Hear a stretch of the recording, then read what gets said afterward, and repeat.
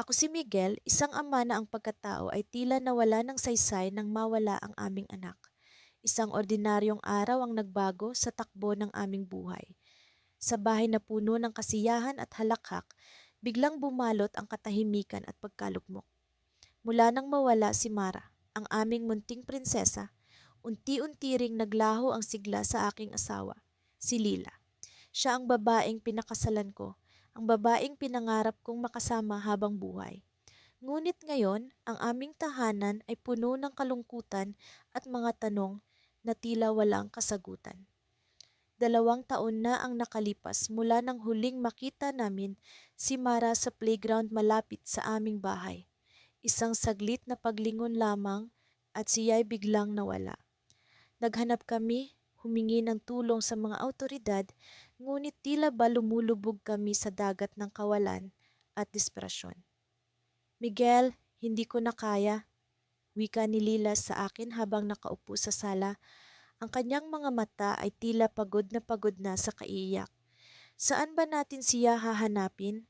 Baka hindi na natin siya makita pa. Hindi ko alam kung paano siya sasagutin. Ang katotohanan ay kahit ako, nawawalan na rin ng pag-asa. Pero paano ko ipakikita kay Lila na hindi ako sumusuko? Paano ko ipaparamdam sa kanya na hindi ko siya bibitawan sa ganitong sitwasyon? Sa kabila ng aming pinagdaraanan, may mga sandaling natutulala ako sa mga alaala ni Mara. Ang kanyang tawanan, ang kanyang mga mata na puno ng ligaya. Paano ko haharapin ang mundo na wala na siya? Paano ko ipagpapatuloy ang buhay na dati ipuno ng saya? Isang gabi, habang nakaupo kami ni Lila sa kama, bigla kong naisip ang isang bagay. Lila, naalala mo ba yung palaruan kung saan tayo madalas pumunta? Tanong ko. Oo, Miguel, pero wala naman tayong nahanap dun. May naalala ako, isang bagay na baka makatulong sa atin. Tumaas ang kilay ni Lila, puno ng pagdududa, ngunit may konting pag-asa. Ano yon? Yung lalaki na madalas nakaupo sa bangko sa gilid ng palaruan. Palaging may hawak na libro. Parang, parang lagi siyang nandun sa tuwing naglalaro si Mara. Hindi ko alam kung ano ang pinaghuhugutan ko, pero may kutob akong dapat namin siyang kausapin. Baka may nakita siya, baka may alam siyang hindi namin napansin dati. Agad kaming nagpasya na bumalik sa palaruan kinabukasan. Habang papalapit kami, tila ba may kakaibang pakiramdam na bumabalot sa amin. Naglalakad kami ni Lila, walang imik, puno ng pag-asa at kaba. Sa aming pagdating, nandoon ang lalaki, gaya ng inaasahan ko. Nakaupo, nagbabasa ng libro, tila walang pakialam sa mundo. Lumapit kami at sa bawat hakbang, nararamdaman ko ang pagbilis ng tibok ng puso ko. Excuse me, sir, sabi ko habang hawak ang kamay ni Lila. May itatanong lang sana kami tungkol sa anak namin. Dahan-dahang lumingon ang lalaki sa amin, ang kanyang mga mata ay tila nagulat sa aming presensya. Ano ang kailangan ninyo? Tanong niya, malamig ang boses. Alam mo ba kung may nangyari sa anak namin? Tanong ni Lila, puno ng pag-asa sa kanyang mga mata. Sandaling katahimikan, ngunit ang sumunod na mga salita ng lalaki ang bumalot sa akin ng takot. Alam ko kung saan siya, sabi niya, ang kanyang boses ay puno ng misteryo. Pero hindi ko alam kung makakabuti ito sa inyo. Ang mga araw ay naging gabi at ang gabi ay naging araw na tila walang katapusan sa aming pagdadalamhati. Sa bawat oras na lumilipas, nararamdaman ko ang patuloy na pagguho ng aming mundo dahil sa pagkawala ni Ana, ang aming pinakamamahal na anak. Ang kanyang tawanan na dati pumupuno sa aming tahanan ay napalitan ng katahimikan na tila humahagupit sa aming mga puso. Ako si Miguel at sa kabila ng sakit na nararamdaman, alam kong kailangan naming bumangon at magpatuloy para kay Ana. Si Clara, ang aking kabiyak, ay tila nawalan ng sigla. Sa tuwing tinitingnan ko siya, nakikita ko ang pagkawala ng kanyang liwanag. Ang mga mata niyang dati puno ng pag-asa at pagmamahal, Ngayon ay tila nagkukubli sa likod ng mga ulap ng kalungkutan. Ang aming tahanan ay naging isang bangin ng alaala. Bawat sulok ay may kwento ng mga panahong kami buo pa. Ngunit sa kabila ng lahat, alam kong hindi kami pwedeng magpatuloy sa ganitong kalagayan. Isang umaga, habang nagkakape sa kusina, biglang nagsalita si Clara. Miguel, hindi ko na kaya. Kailangan natin siyang hanapin. Ang kanyang tinig ay puno ng determinasyon na tila isang sinag ng liwanag sa kadiliman. Hindi ko alam kung paano, ngunit naramdaman ko ang kanyang pagnanasa.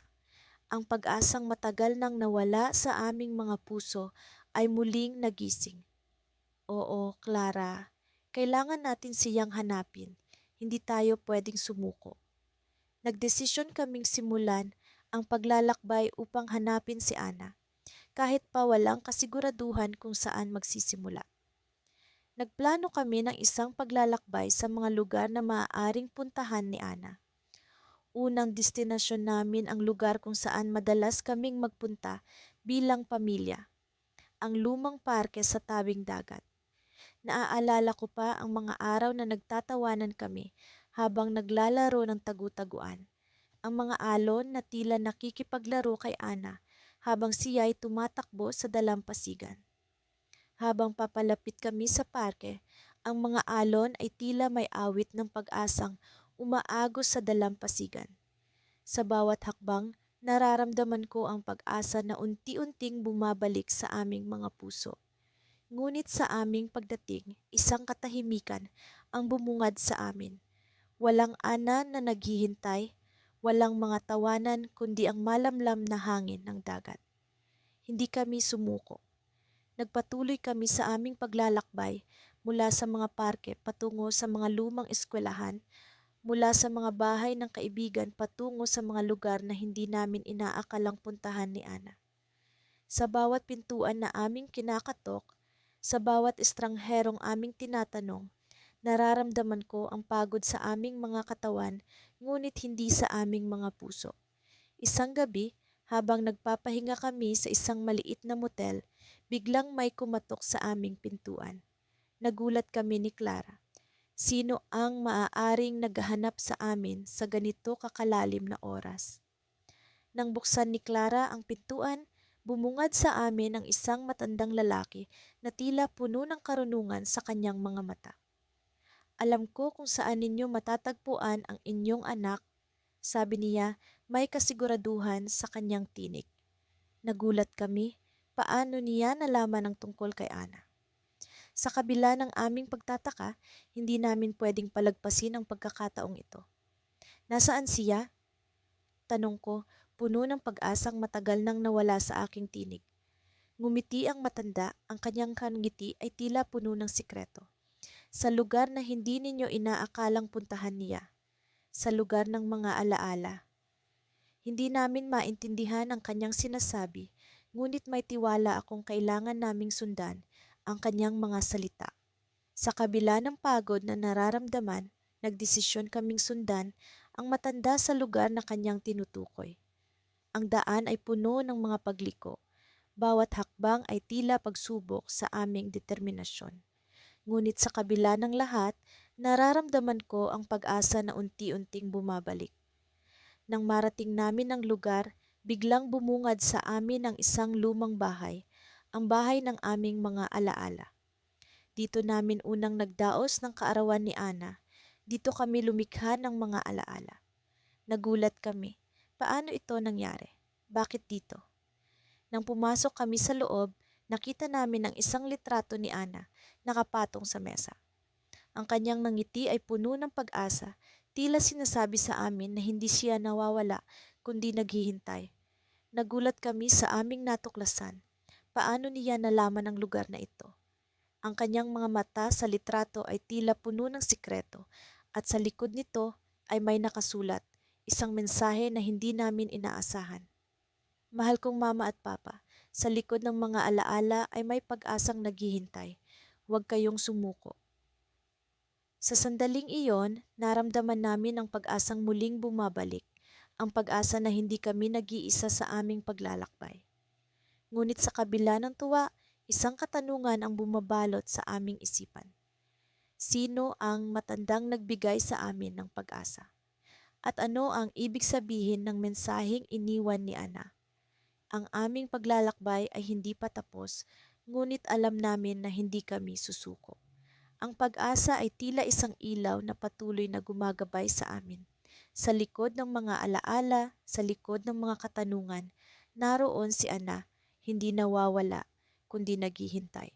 Pag-uwi namin mula sa ospital, bumungad sa amin ang katahimikan ng aming bahay. Isang katahimikang tila bumabalot sa bawat sulok.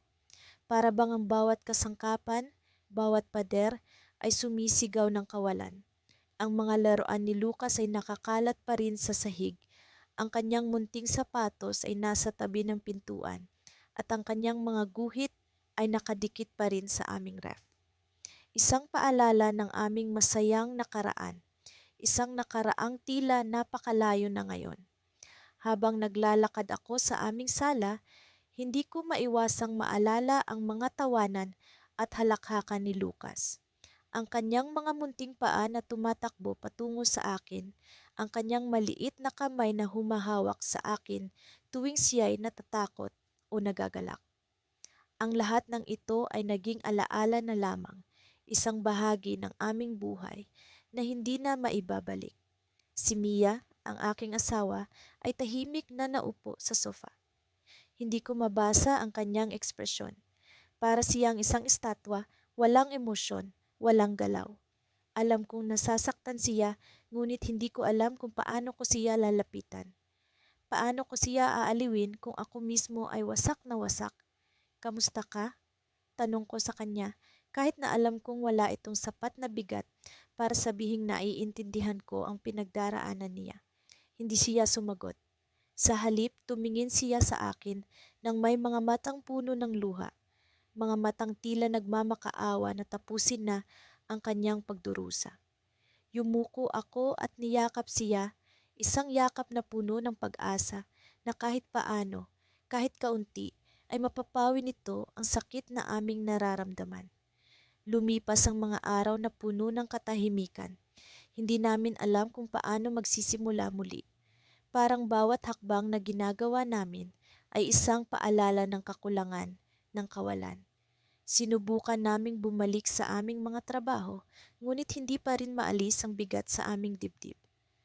Isang gabi, habang nakahiga kami ni Mia, naramdaman kong kailangan ng may magbago. Hindi kami maaaring magpatuloy sa ganitong kalagayan. Kailangan naming hanapin ang sarili naming lakas upang bumangon muli. Mia, sabi ko na may pag-aalinlangan, kailangan nating harapin ito. Alam kong mahirap, pero kailangan nating magsimula ulit. Tumingin siya sa akin na para bang may sinasabi ang kanyang mga mata. Paano? Tanong niya. Hindi ko agad nasagot. Paano nga ba? Paano ba magsisimula ulit kung ang lahat ng alam mong mundo ay gumuho na? Ngunit alam kong kailangan naming subukan. Para sa amin. Para kay Lucas. Kinaumagahan, nagdesisyon kaming pumunta sa parke na madalas naming pinupuntahan kasama si Lucas. Inaasahan namin na kahit paano, ang lugar na iyon ay makapagbibigay sa amin ng konting kapanatagan. Pagdating namin doon, naglakad-lakad kami sa ilalim ng mga puno. Pinapanood ang mga batang naglalaro, nagtatakbuhan at nagkakatawanan. Para kaming mga estranghero sa isang mundong dati, bahagi kami. Habang nakaupo kami sa isang bench, napansin ko ang isang batang lalaki na naglalaro sa tabi. Ang kanyang buhok ay kulot at ang kanyang ngiti ay puno ng saya. Tinignan ko si Mia at nakita kong nakatingin din siya sa bata. May kakaibang ekspresyon sa kanyang muka. Ano ang iniisip mo? Tanong ko habang hinahawakan ang kanyang kamay. Minsan, sabi niya habang pinupunasan ang kanyang mga luha. Iniisip ko kung nasaan na si Lucas, kung masaya ba siya, kung may mga kaibigan na siya doon.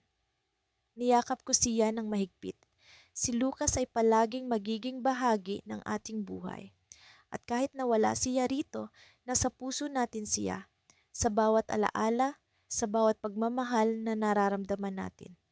Napatigil kami nang biglang may lumapit sa aming isang estranghero. Isang babaeng may dalang envelope. Pasensya na po, sabi niya. Ako po si Ana. May gusto lang po akong ibigay sa inyo. Naguguluhan man, kinuha ko ang envelope mula sa kanya. Ano ito? Basta po, basahin niyo na lang. Sagot niya bago siya umalis. Nang buksan ko ang envelope, may nakita akong larawan ni Lucas na kasama ang isang batang babae. Sa likod ng larawan ay may nakasulat, nasa mabuting kalagayan siya. Nagtinginan kami ni Mia, naguguluhan at nagtataka. Sino ang babaeng iyon? Paano niya nakuha ang larawang ito? At sino ang batang kasama ni Lucas? Hindi namin alam ang sagot, ngunit alam naming ito ang simula ng panibagong kabanata sa aming buhay. Isang kabanatang puno ng mga tanong na kailangan naming hanapan ng kasagutan. At sa kabila ng lahat, nagkaroon kami ng pag-asa na baka balang araw muli naming makikita ang aming anak. Simula ng pagkamatay ng aming anak na si Lila, tila bumagal ang ikot ng mundo. Ang bawat araw ay tila walang katapusan na pagdiriwang ng kalungkutan. Ang dating kulay ng aming tahanan ay napalitan ng malamlam na kalungkutan. Si Mara, ang aking asawa, ay madalas na nauupo sa silid ng aming anak. Hinahaplos ang mga laruan at damit ni Lila na parang naroon pa rin siya. Ako naman ay pilit na hinahanap ang lakas upang magpatuloy, kahit pa ang bawat hakbang ay parang paglakad sa kumunoy. Isang araw, habang naglilinis ako sa aming sala, napansin ko ang isang lumang kahon na hindi ko pa nabubuksan mula nang mangyari ang trahedya. Naisip kong baka ito ay may mga alaala ni Lila na maaaring makapagbigay ng kaunting kaginhawaan sa aming mag-asawa. Dahan-dahan kong binuksan ang kahon at doon ko natagpuan ang mga lumang larawan, mga liham ng pagkakaibigan at isang maliit na pulang diary na pagmamay-ari ni Lila. Bawat pahina ng diary ay puno ng mga kwento ng kanyang kabataan, mga simpleng pangarap at mga lihim na hindi niya nasambit sa amin. Ngunit may isang pahina na humuli sa aking pansin. Ito ay may pamagat na ang aking lihim na kahilingan. Sa ilalim nito, nakasulat ang mga salitang, nais kong matulungan sina mama at papa na muling maging masaya. Sana matupad ito kahit wala na ako. Natigilan ako. Paano nagkaroon ng ganitong kaisipan ang aming anak? Paano niya naisip na ang kanyang kawalan ang magdudulot ng kalungkutan sa amin? Bigla kong naramdaman ang pag-agos ng luha sa aking mga mata. Naisip kong hindi namin dapat hayaang masira ang aming buhay dahil sa kawalan ni Lila. Sa halip, kailangan naming magpatuloy para sa kanya. Nang gabing iyon, kinausap ko si Mara at ipinakita sa kanya ang natuklasan kong diary. Pareho kaming umiyak habang binabasa ang mga lihim na salita ni Lila. Nakita ko ang liwanag sa mga mata ni Mara na matagal nang nawala. Kailangan nating ipagpatuloy ang buhay para sa kanya, bulong ko kay Mara, para sa pangarap niya na maging masaya tayong muli. Mula noon, unti-unti naming sinimulan ang pagbuo ng bagong simula. Nagdesisyon kaming mag-volunteer sa isang local community para sa mga batang nangangailangan. Dito namin natagpuan ang aming sarili na muling bumabalik sa dating sigla. Ang bawat ngiti ng mga bata ay tila isang paalala ng nangiti ni Lila. Sa bawat araw na lumilipas, nararamdaman namin ang pag-usbong ng pag-asa sa aming mga puso. Ngunit isang araw, habang naglalakad kami pauwi mula sa community center, may isang bagay na hindi inaasahan ang nangyari. Isang batang babae na halos kasing edad ni Lila ang lumapit sa amin. Ang kanyang mga mata ay puno ng kuryosidad at saya. Kayo po ba ang mag-asawang tumutulong sa mga bata? Tanong niya. Tumango kami ni Mara na naguguluhan sa biglang paglapit ng bata. May ipapakita po ako sa inyo. Sambit ng bata sabay abot sa amin ng isang maliit na pulang diary na kapareho ng diary ni Lila. Nang buksan ko ito, nakita ko ang mga pamilyar na sulat kamay ni Lila. Hindi kami makapaniwala sa nasaksihan. Paano ito nangyari? Paano napunta sa batang ito ang diary ng aming anak? Habang iniisip ko ang mga tanong na bumabagabag sa aking isipan, naramdaman ko ang malamig na simoy ng hangin. Ang batang babae ay biglang nangumiti at sa kanyang nangiti ay tila naroon ang espiritu ng aming anak na si Lila. Sabi ni Lila, lagi daw po kayong magtutulungan, bulong ng bata bago nagpaalam. Nanatiling nakatayo kaming mag-asawa, hindi alam ang susunod na hakbang. Ang diary ay tila isang paalala na kahit sa kawalan, may mga bagay na hindi mawawala. Sa pagtingin ko kay Mara, alam kong pareho kaming nakaramdam ng kakaibang pag-asa. Ang lahat ng ito ay isang himala, isang palatandaan na kahit nawala si Lila sa pisikal na anyo, ang kanyang presensya ay mananatiling buhay sa aming puso. Sa gabing iyon, habang nakatingala sa mga bituin, naramdaman ko ang presensya ni Lila sa bawat hangin na dumadaloy. Alam kong ito ang simula ng bagong kabanata sa aming buhay. Ngunit sa likod ng lahat ng ito, isang tanong ang nananatiling hindi nasasagot. Sino ang batang iyon at paano niya nakuha ang diary ni Lila? Ang sagot ay hindi ko pa alam, ngunit alam ko sa kabila ng lahat ng ito, may dahilan ang bawat pangyayari. Ang aming paglalakbay ay hindi pa tapos, ngunit sa aming puso, nananatili ang pag-asa na sa tamang panahon, lahat ng tanong ay magkakaroon ng kasagutan. Sa mga araw na lumipas, tila isang malaking alon ng kalungkutan ang patuloy na bumabalot sa aming tahanan. Ang bawat sulok, bawat kwarto, at bawat piraso ng kasangkapan ay tila may kurot na kirot sa aming puso. Ang mga larawang nakasabit sa dingding na dati puno ng buhay at saya ay ngayon mistulang mga alaala na lamang ng isang masayang nakaraan. Ngunit sa kabila ng lahat ng ito, pilit naming pinipilit na bumangon at ipagpatuloy ang buhay, kahit pa mahirap, kahit pa masakit. Isang umaga, habang nag-aalmusal, napansin kong tahimik si Ernesto, ang aking asawa. Malalim ang kanyang iniisip habang nagkakape at alam kong hindi lamang ito dala ng pagod. Tila may bumabagabag sa kanya, isang bagay na hindi niya maipaabot sa akin. Madalas mangyari ito simula nang mawala si Ana, ang aming anak. Sa tuwing tatanungin ko siya, ngingiti lamang siya at sasabihing ayos lang ako, mahal. Ngunit ramdam ko ang bigat ng kanyang damdamin at alam kong kailangan kong umpisahan ang pag-uusap tungkol dito.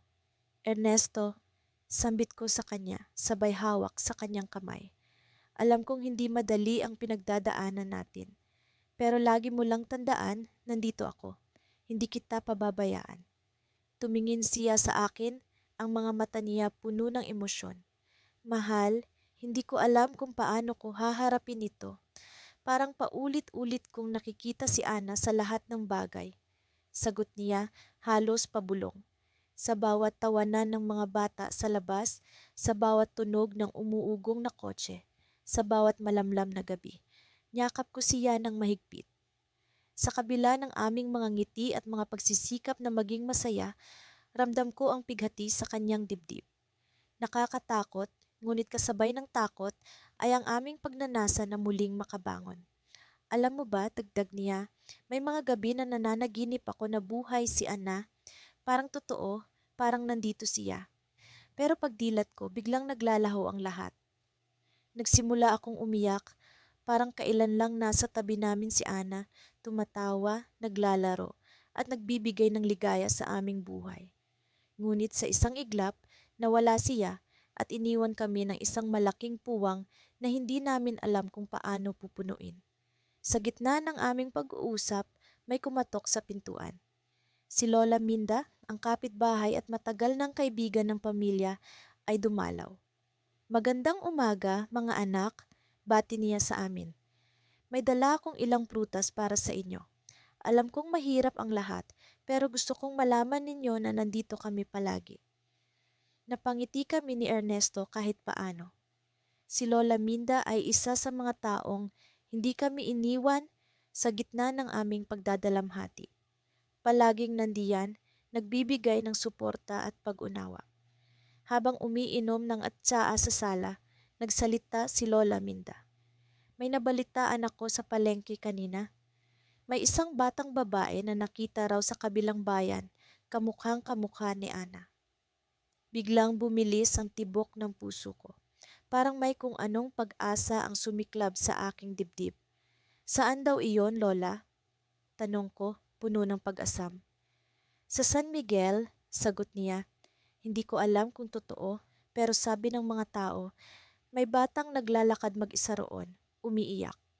Naisip ko lang na baka gusto ninyong alamin. Nagkatinginan kami ni Ernesto.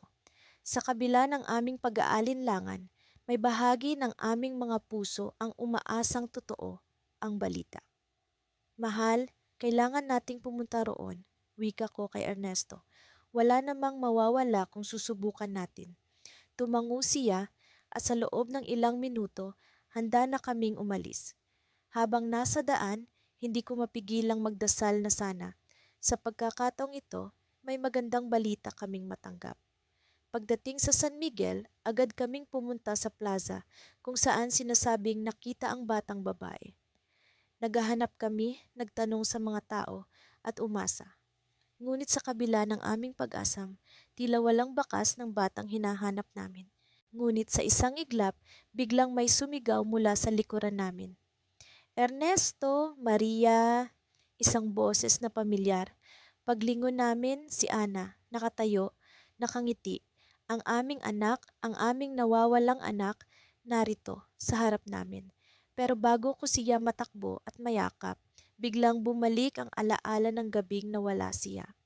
Ang kanyang huling mga salita, ang kaguluhan, ang takot. Sa isang iglap, nagising ako mula sa tila bangungot na panaginip. Nasa bahay pa rin kami ni Ernesto, magkahawak kamay. Ernesto, mahal, kailangan natin siyang hanapin. Bulong ko sa kanya. Kailangan nating malaman ang totoo. Tumango siya, ngunit bago pa kami makapagdesisyon, may biglang kumatok muli sa pintuan. Ang pulis, may dala silang balita na magbabago sa lahat. Sa bawat araw na lumilipas, pakiramdam ko'y lalo akong nalulunod sa dagat ng kalungkutan.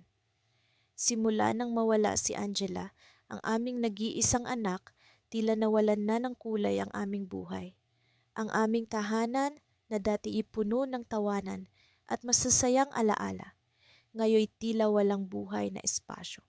Hindi ko maialis sa isip ang mga sandali kung saan lumutang sa hangin ang kanyang boses, ang kanyang mga tawa, at ang kanyang mga ngiti na tila sinag ng araw sa umaga. Sa kabila ng lahat ng ito, pilit naming pinipilit ni Martin na bumangon bawat araw. Siya ang aking kabiyak, ang aking tagapagtanggol, ngunit ramdam ko rin ang kanyang pagdurusa. Minsan, nahuhuli ko siyang nakatingin sa kawalan, ang mga matay puno ng lungkot na tila isang malalim na dagat.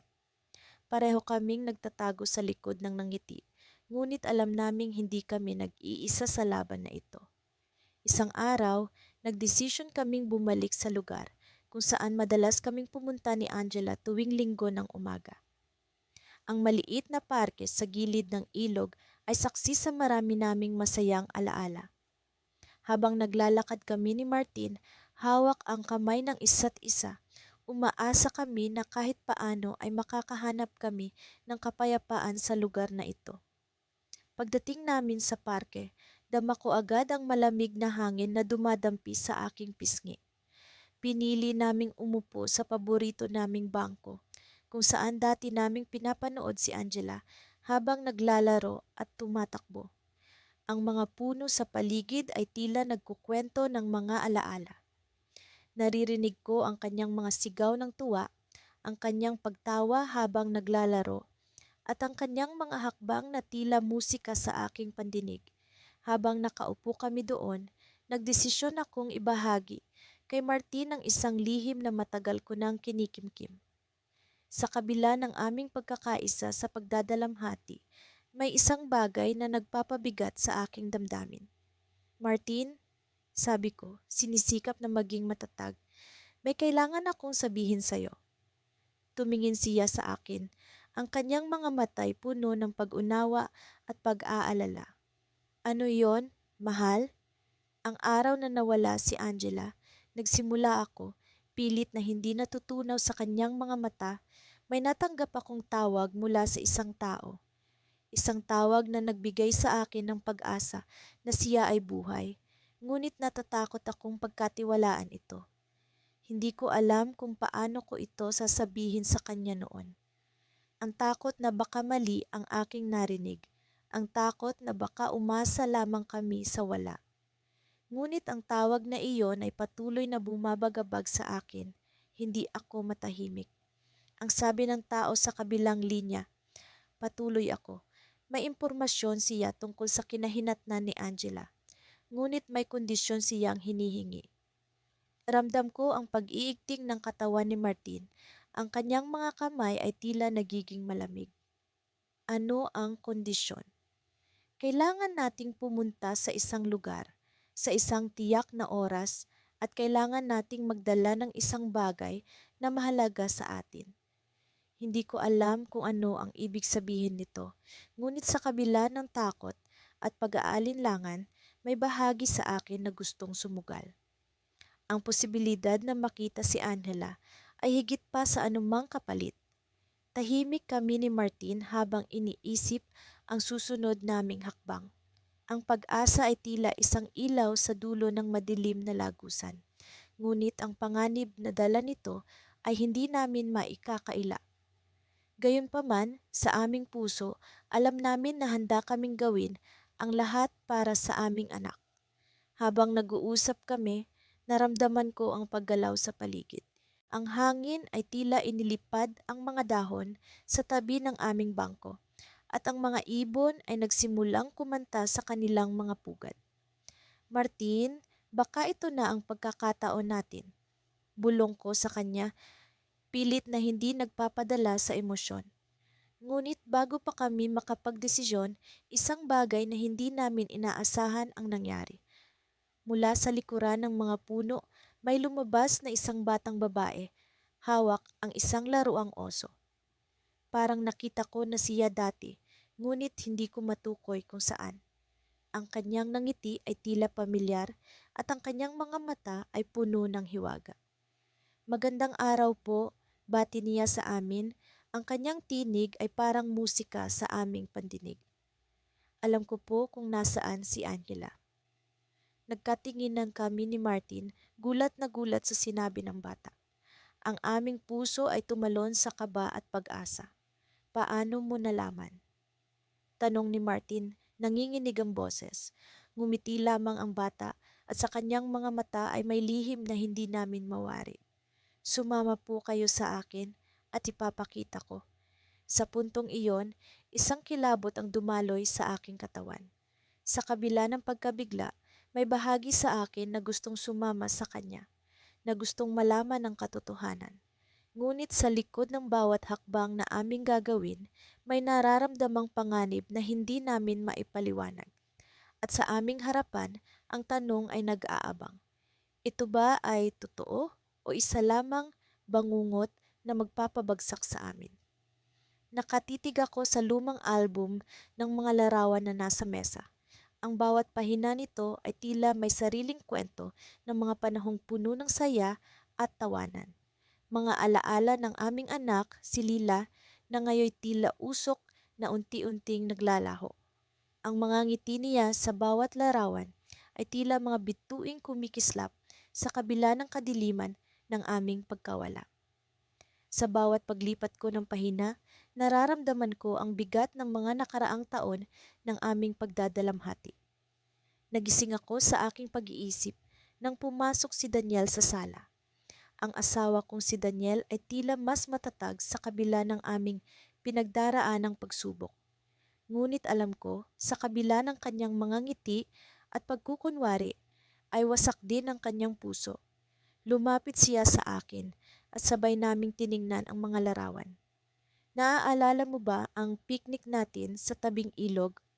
Tanong niya, sabay turo sa isang larawan kung saan nakasuot si Lila ng kanyang paboritong dilaw na damit at nakangiti ng ubod tamis habang kinakain ang kanyang paboritong mansanas.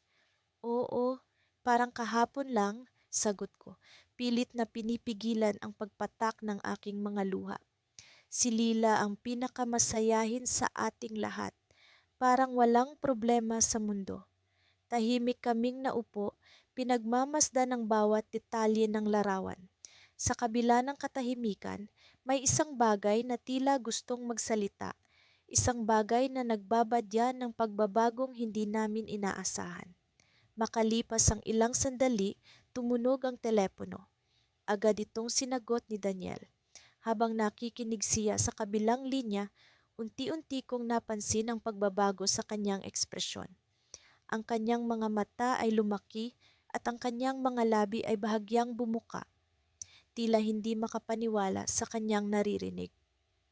"Babe, kailangan nating umalis," sabi niya pagkatapos niyang ibaba ang telepono. "May balita tungkol kay Lila. Hindi ko alam kung ano ang mararamdaman ko sa mga oras na iyon. Pag-asa ba, takot, o isang halo ng dalawa? Ang tanging alam ko lang ay kailangan kong malaman ang katotohanan kahit gaano pa ito kasakit."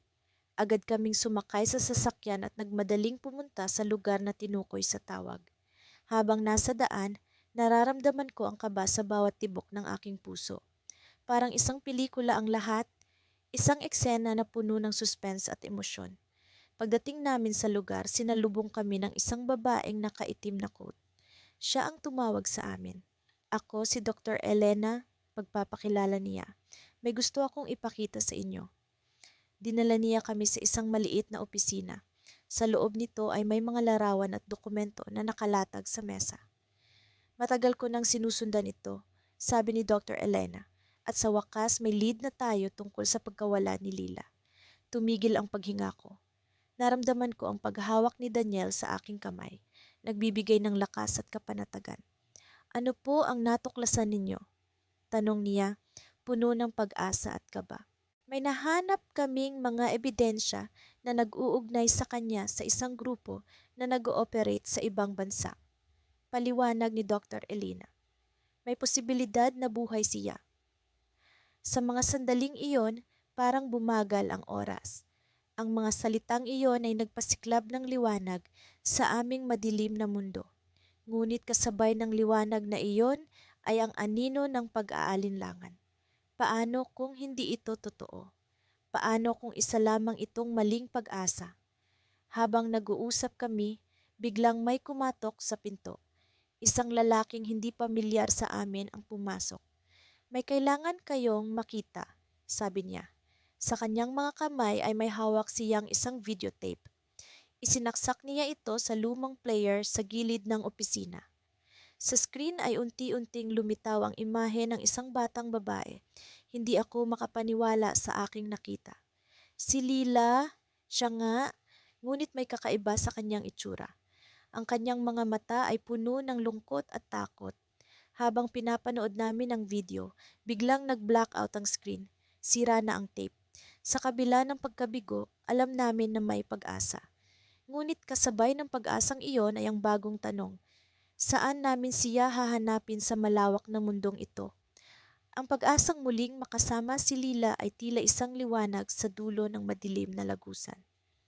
Ngunit sapat ba ang aming lakas at tapang para harapin ang mga susunod pang pagsubok? Hindi namin alam. Ang alam lang namin ay hindi kami susuko hanggat hindi namin siya natatagpuan. At sa mga sandaling iyon, sa kabila ng lahat ng aming pag-aalinlangan at takot, ay naroon ang isang hindi maipaliwanag na pakiramdam. Isang pakiramdam na nalalapit na ang oras ng aming muling pagkikita. Ngunit paano? Kailan? Ang mga tanong na ito ay nanatiling nakabitin sa ere, naghihintay ng kasagutan. Nagsimula ang umagang iyon sa tila walang patid na ulan, tila nagdadalamhati ang kalangitan sa aming sinapit. Nakaidlip ako sa sofa matapos ang magdamag na paghahanap sa aming anak na si Lila. Ang mga mata ko'y namumugto at ang katawan ko'y pagod na sa walang humpay na pag-iisip. Hindi ko na maalala kung kailan ang huling pagkakataon na nakatulog ako ng mahimbing. Tila ba bawat pagsara ng aking mga mata ay nagdadala lamang ng bangungot at pag-aalala. Mula sa kusina, narinig ko ang maingat na paggalaw ni Amelia. Ang aking mahal na asawa ay tila ba naging anino ng kanyang dating sarili. Ang ngiti na dati niyang taglay ay matagal nang nawala at ang kanyang mga mata ay puno ng kalungkutan. Nakaupo siya sa tabi ng bintana, tinitingnan ang patak ng ulan na dumadaloy sa salamin. Alam kong sa kanyang isipan ay pareho kaming naglalakbay sa alaala ng aming anak, ang mga tawanan at halakhak na hindi na muling maririnig. Lumapit ako sa kanya at ang aming mga mata ay nagtagpo. Hindi na kailangan ng mga salita. Alam namin ang isa't isa. Umupo ako sa tabi niya at hinawakan ang kanyang kamay. Amelia, bulong ko, kailangan nating magpatuloy para kay Lila. Tumango siya, bagamat alam ko na ang kanyang puso ay puno ng pag-aalinlangan. Hindi ko alam kung paano, pero susubukan ko. Sagot niya, puno ng sakit at pag-asa. Mula sa aming likuran, ang radyo ay nagbigay ng balita. May natagpo ang pulang jacket sa tabing ilog na posibleng pagmamay-ari ng nawawalang bata. Ang katagang iyon ay nagbigay ng kirot sa aking dibdib. Alam kong iyon ang jacket na suot ni Lila noong araw na nawala siya. Ang pag-asang bumalik siya sa amin ay tila ba unti-unting naglalaho.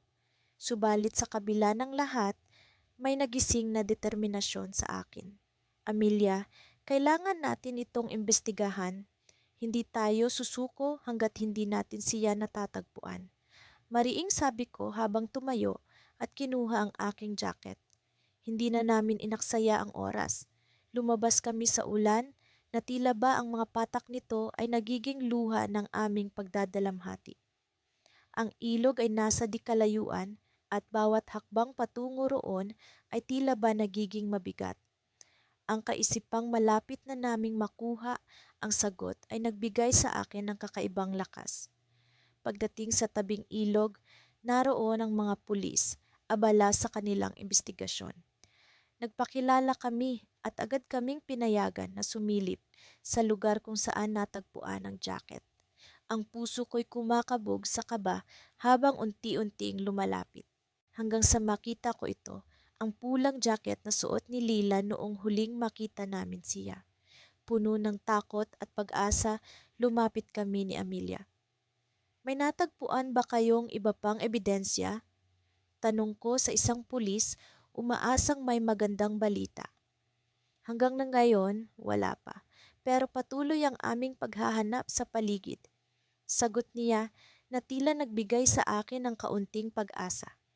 Habang kami ni nagmamasid, napansin ko ang isang bagay sa gilid ng ilog. Isang maliit na piraso ng papel na tila ba naipit sa pagitan ng mga bato. Agad ko itong dinampot at binasa.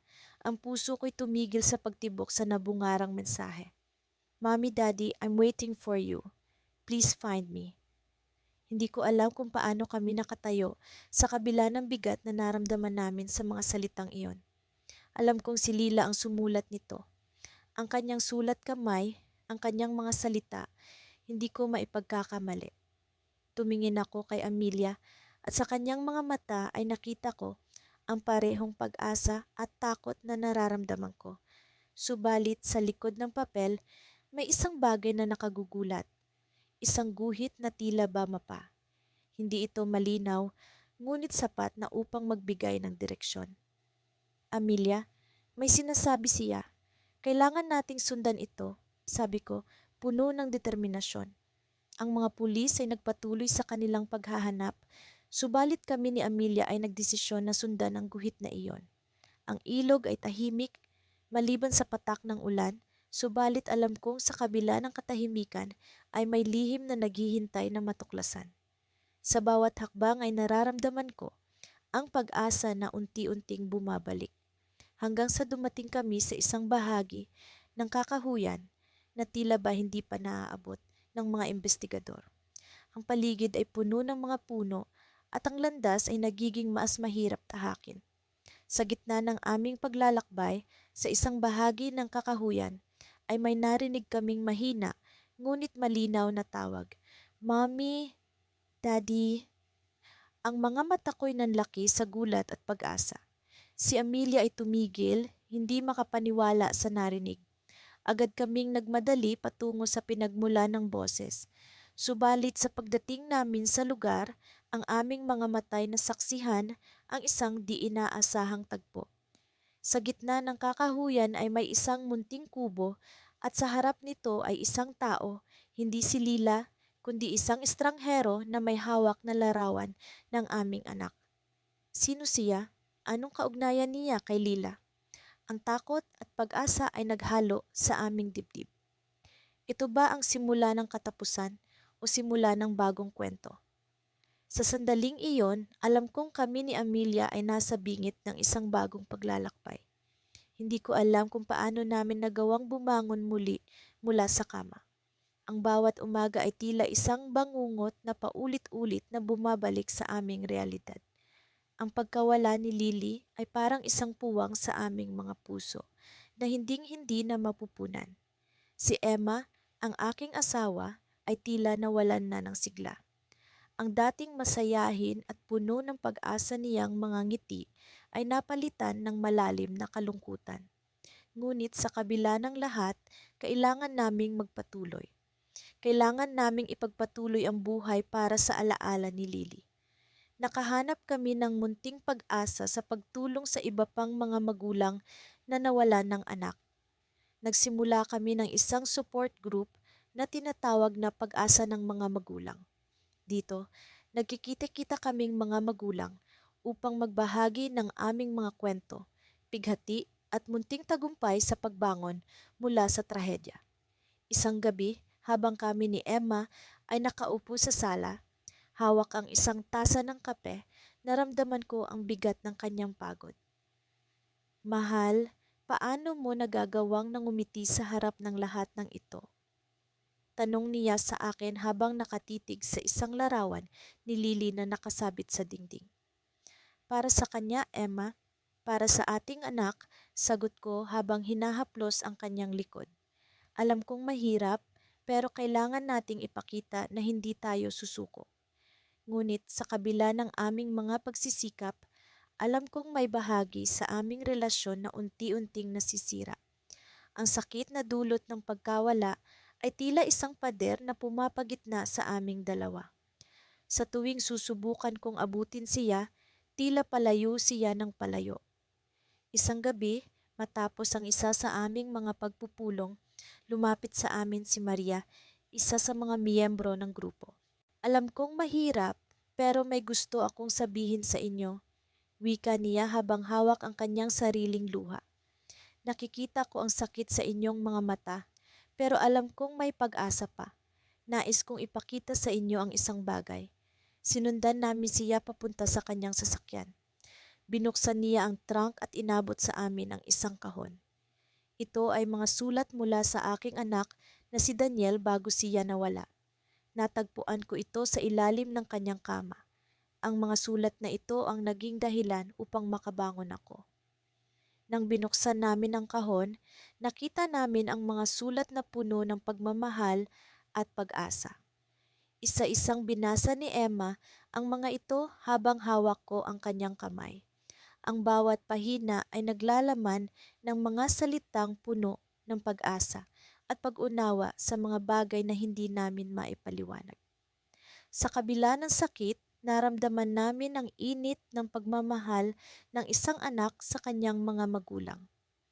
Pag-uwi namin sa bahay, hindi ko maiwasang maisip kung may iniwan din bang ganitong alaala si Lily para sa amin. Sa loob ng maraming buwan, sinubukan kong hanapin ang kahit isang piraso ng alaala na maaaring iniwan niya. Ngunit sa bawat sulok ng kanyang silid, sa bawat pahina ng kanyang mga gamit, tila wala akong mahanap. Hanggang sa isang araw, habang naglilipit ako ng mga lumang damit ni Lily, naramdaman ko ang isang kakaibang bagay sa bulsa ng isa sa kanyang mga jacket. Isang maliit na piraso ng papel. Nang buksan ko ito, naroon ang isang munting mensahe.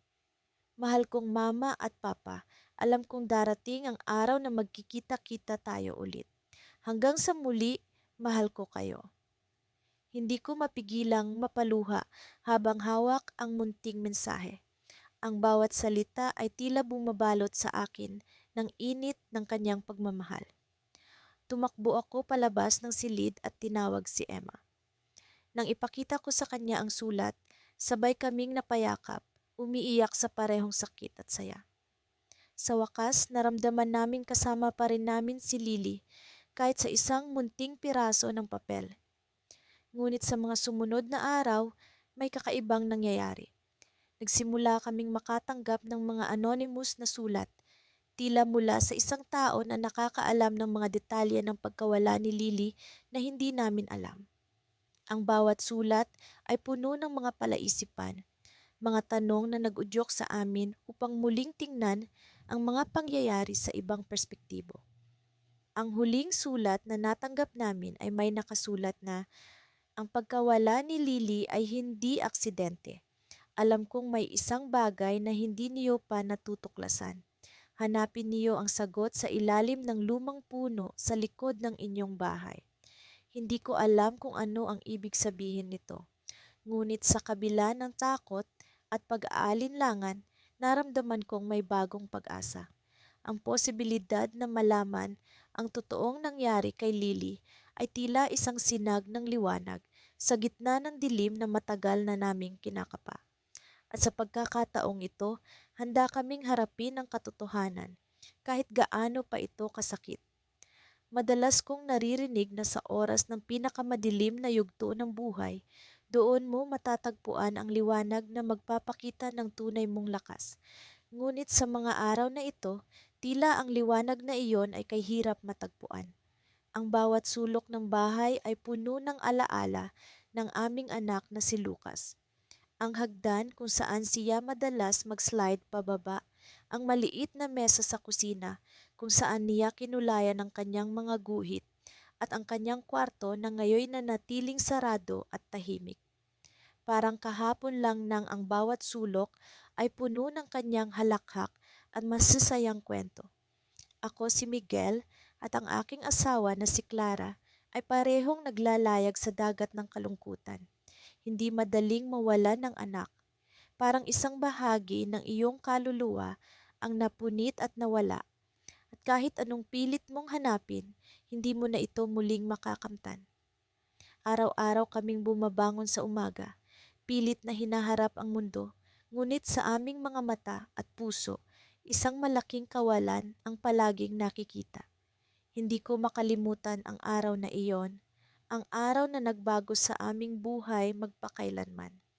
Isang Sabado iyon at gaya ng dati, nagpunta kami sa parke para maglaro.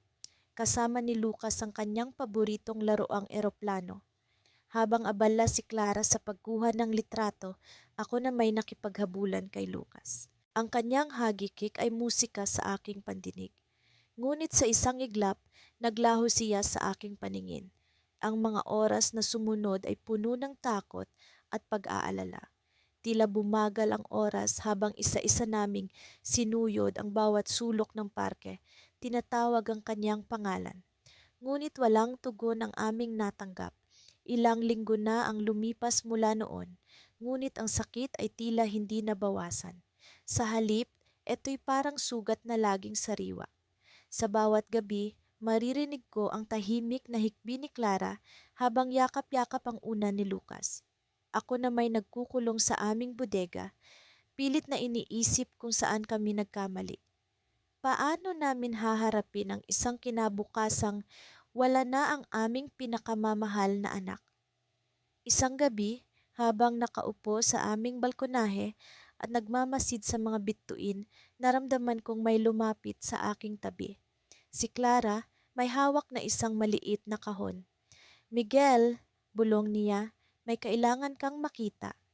Binuksan niya ang kahon at inilabas ang isang lumang diary. Sa unang pahina, nakasulat ang pangalan ni Lucas.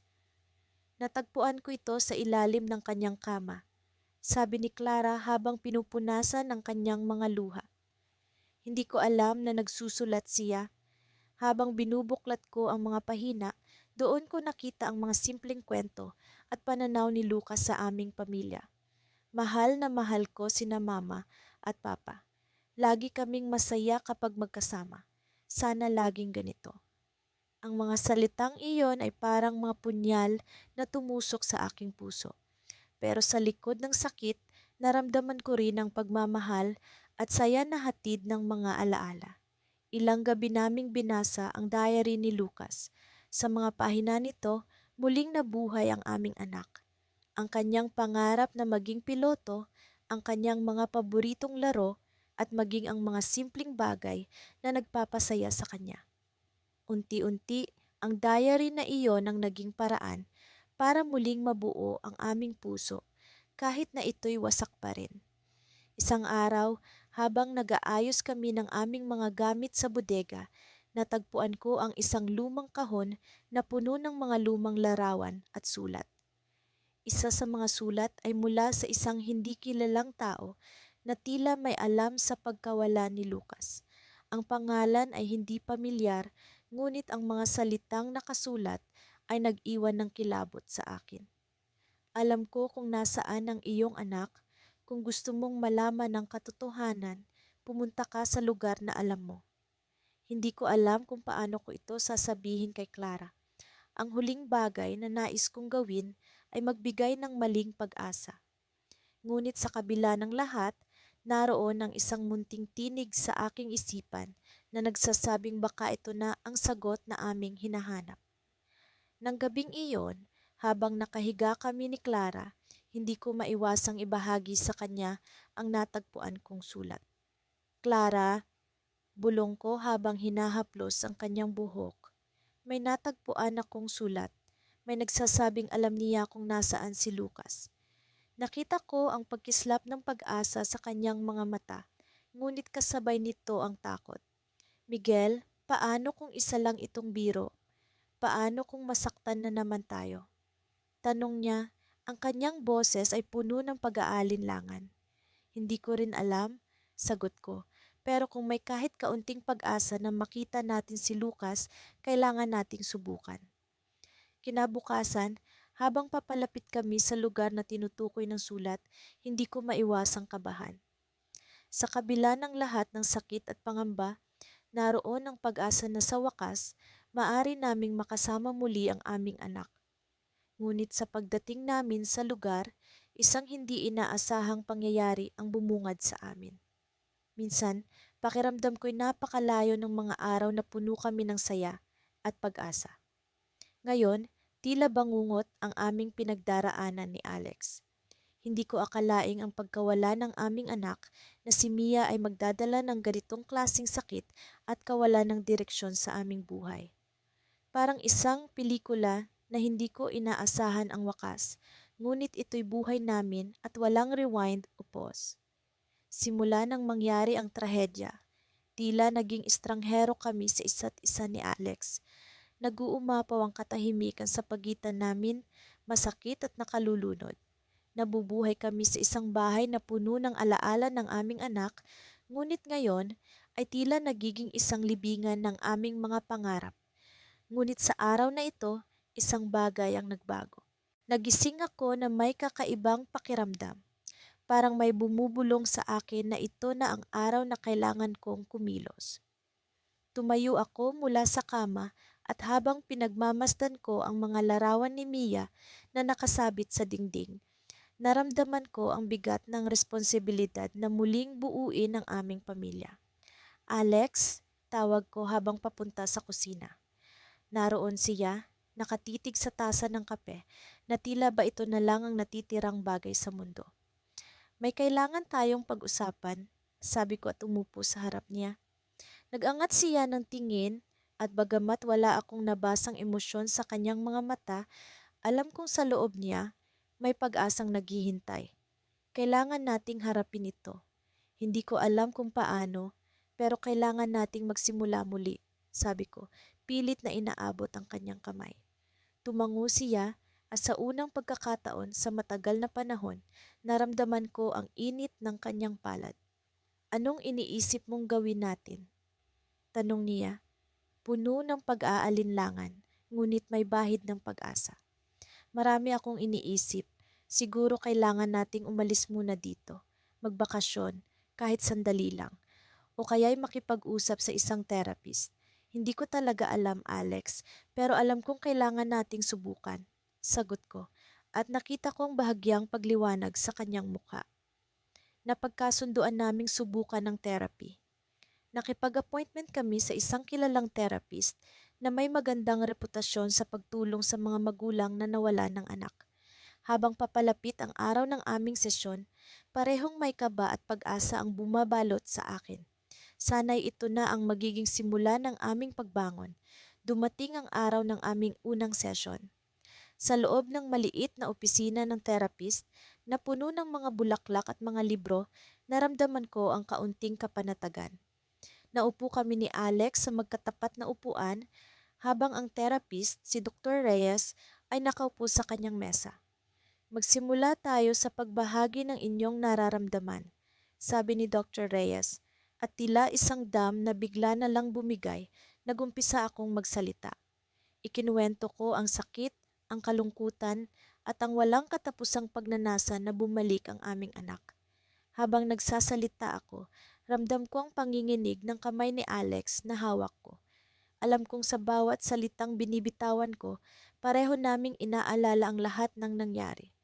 Habang patuloy ang sesyon, unti-unti naming naibubuhos ang mga damdaming matagal naming kinimkim. Sinalubong kami ni Dr. Reyes ng kanyang pag-unawa at suporta na para bang siya ang ilaw na kailangan namin sa madilim na landas na aming tinatahak. Sa gitna ng aming pag-uusap, nagring ang cellphone ko. Agad ko itong sinagot at sa kabilang linya ay ang boses ng isang matandang babae. "Hello, ikaw ba si Clara? May impormasyon ako tungkol sa anak mo," sabi ng boses. Natigilan ako. Hindi ko alam kung paano ako magre-react. Tumingin ako kay Alex at sa therapist, hindi makapaniwala sa naririnig. "Sino po sila? Anong impormasyon?" Tanong ko, nanginginig ang boses. Hindi ako pwedeng magtagal sa telepono. "Magkita tayo sa parke bukas ng 2:00 ng hapon.